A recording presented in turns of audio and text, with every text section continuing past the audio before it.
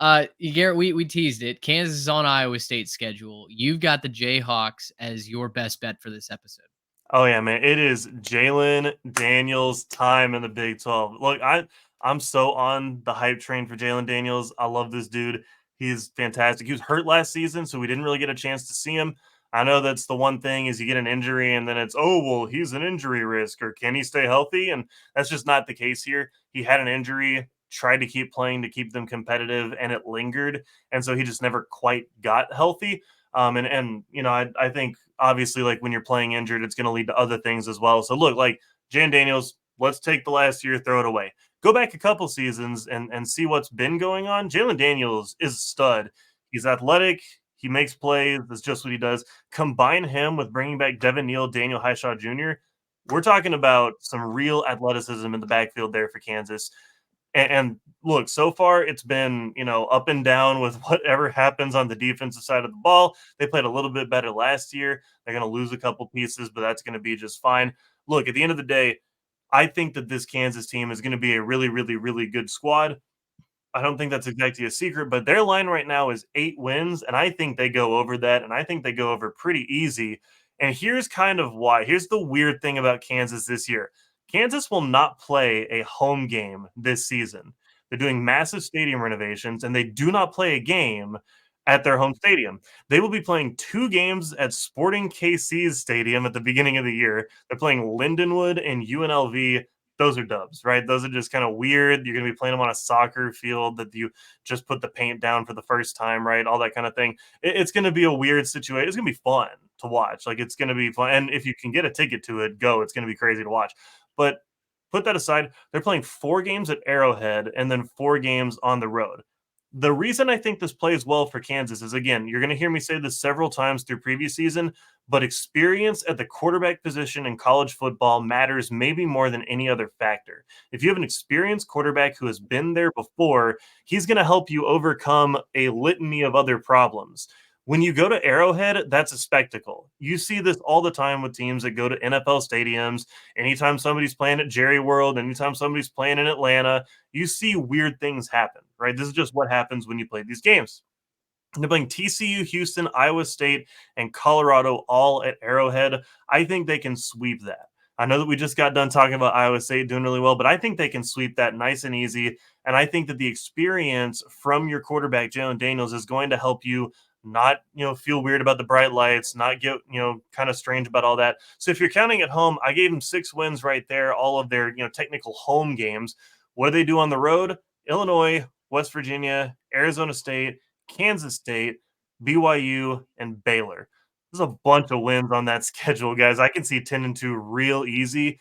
Look, if you're trying to be really sort of pessimistic here, I think you could say West Virginia on the road, Kansas State on the road, and maybe Iowa State at Arrowhead.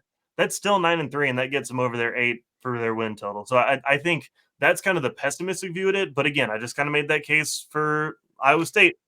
Kansas State lost a bunch of pieces. They lost their offensive coordinator. That's going to be a different looking Kansas State team. And again, West Virginia on the road, like that's a good squad. I don't necessarily pick them to win that game, but again, you do have an experienced quarterback going into a hostile environment. I will take that to kind of steady Kansas, and especially you bring the road game or you bring the ground game with you. If you can run the football on the road, you can kind of take the crowd out of it. That's going to be their formula for success pretty much all year long. Look, I think this is a really good Kansas team. I think 9-3 might be a floor for Kansas this year if everyone stays healthy. Man, I'm old enough to remember when we started this podcast and we were trying to talk people into Kansas hitting over 2.5. Like, man, how times have changed very quickly under Lance Leipold. That's amazing. I'm not calling you out. If you can get 8, go take that number. I have it at 8.5 on FanDuel, so I'll just ask you: would you still be as confident taking over 8.5? Well, look, I wasn't anticipating a half win anywhere, so I'm thinking 9 wins is probably there. I saw it at 8. On, I think it was the 8 and 8.5 I can't remember what is side I was pretty much on, but yeah, if it's 8.5, I'm still gonna assume 9 wins is probably the floor here. I think it's a pretty easy 9 because look, everyone's gonna talk about Colorado. We've talked about them on the podcast. No, just no. They're not losing to Colorado at Arrowhead Stadium. It's just not going to happen.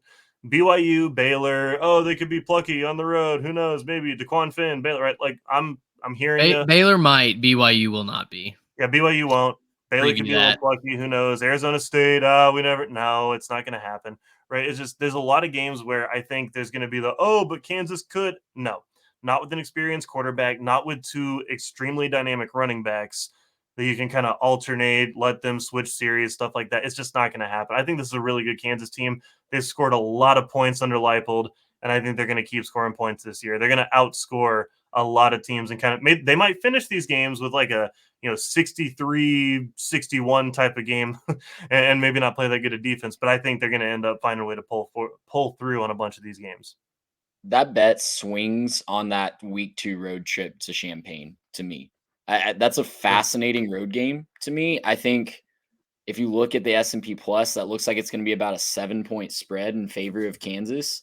But Illinois is kind of a weird place to play, and it's a very contrasting style of football than what Kansas wants to play. So if Kansas is unable to dictate the tempo in that game, they could be in a little bit of trouble, and that's one we're definitely penciling in as a win.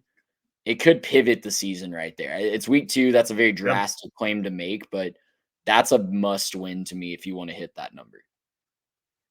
I agree. And Jalon Daniels has to stay healthy. That really is the key, right? The Jayhawks were so banged up the last couple of years. If he does, though, they're competing for Arlington, and I absolutely agree with you. I agree. Yep. I think it's very possible. They're one of my 10 that could win the Big 12.